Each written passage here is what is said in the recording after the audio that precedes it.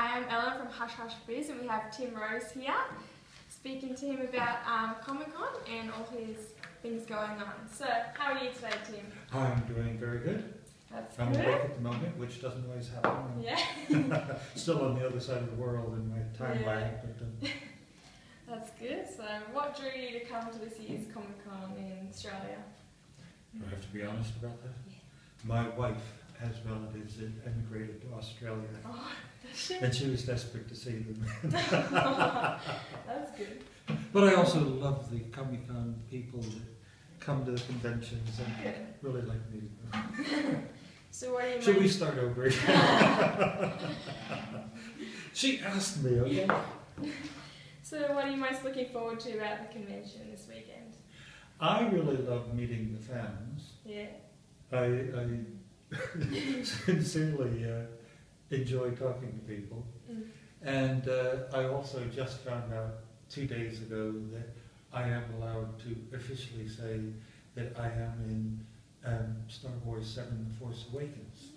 Oh, wow. So that was something that was not allowed to be said up until 2 days ago. So. Very good. That's very exciting, isn't it? New movie.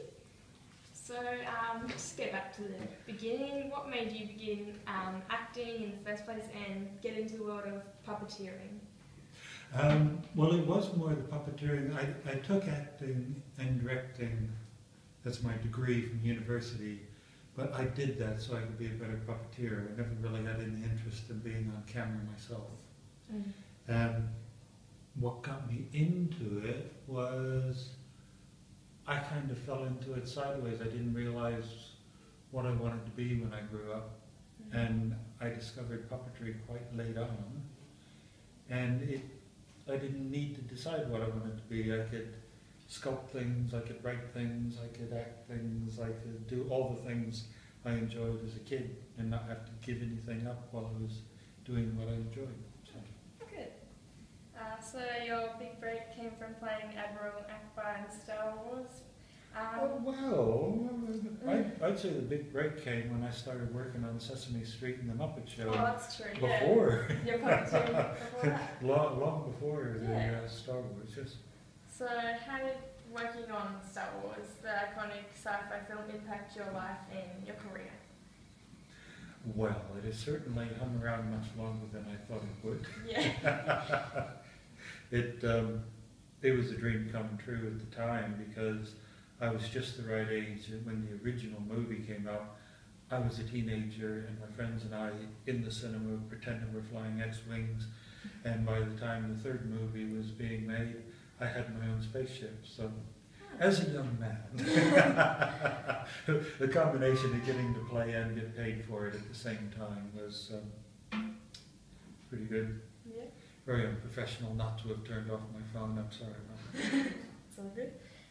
So how did you find working with George Lucas, and what was that experience like? George was a very quiet man.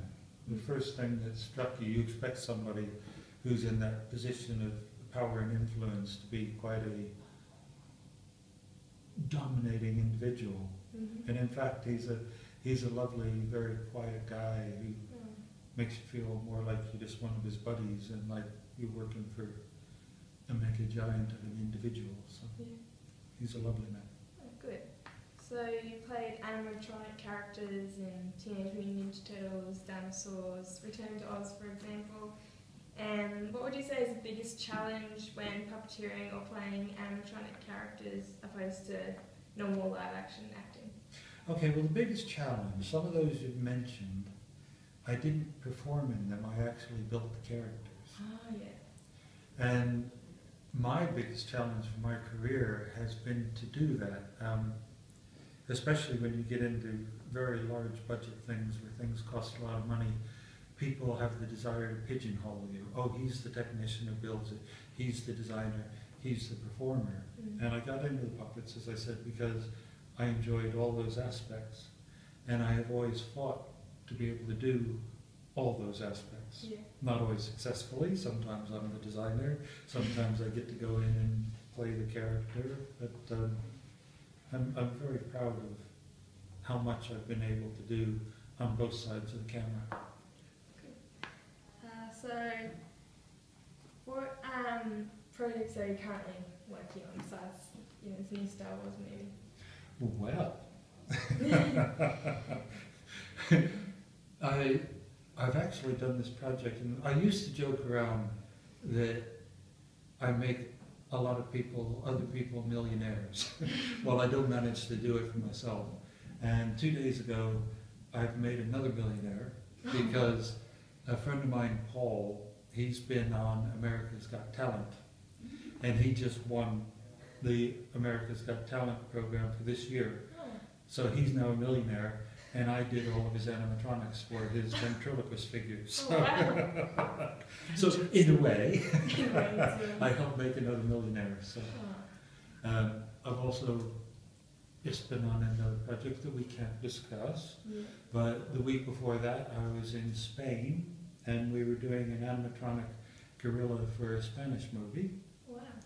And before that, I was in Holland, and I was puppeteering a little frog and a stork for a lovely kids film that they were shooting in Holland. So Good. I've been very in the feast and famine business that I work in. I've been in a feast phase for a while.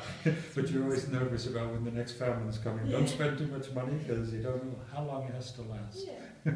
Good world travel while you do it as well.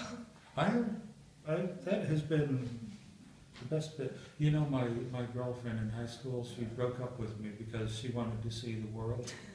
Did she? She didn't think I was ever going to go anyplace. So Nancy, if you see this.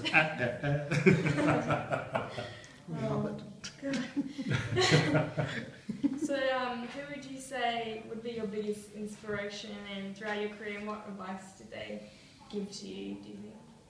I would say that probably have to be Jim Henson.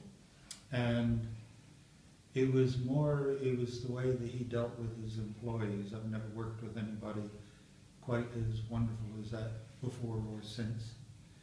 And he has stayed with me my entire life, and I try to carry on the good work of working with people, not under people or for people. Yeah.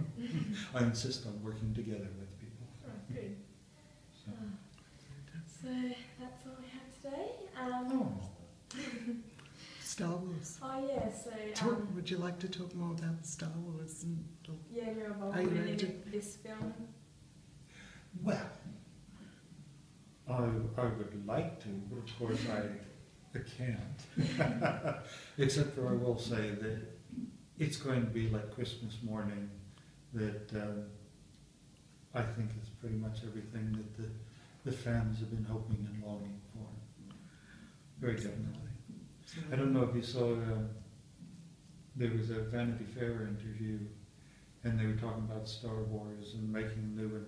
And in that, George Lucas said that he's really looking forward to this next movie because it's the first time he gets to see it like a member of the audience, to come in and just see the experience as a first-time new event. Oh, that'd be good. Yeah. Oh, thank you for talking to me today. You're welcome. That's fantastic. Thanks from Hush Hush Biz. It was absolute great pleasure. Thank you. Thank And you. have fun in Brisbane. Oh yeah. Are you going to see a bit of Brisbane while you're here? Yeah, my wife, she actually wanted to see the Strictly Ballroom, but Oh, yeah. beautiful. I on saw our it days the other. off, the Yeah. tickets are all sold out because it's very popular. What? So, Nice. I What? think so, yeah. When did you want to go? We checked with the concierge, but Oh, check we're online only as here well. till Monday, so. Oh, yeah. Oh, right. Okay. Well, thank you again. You're welcome.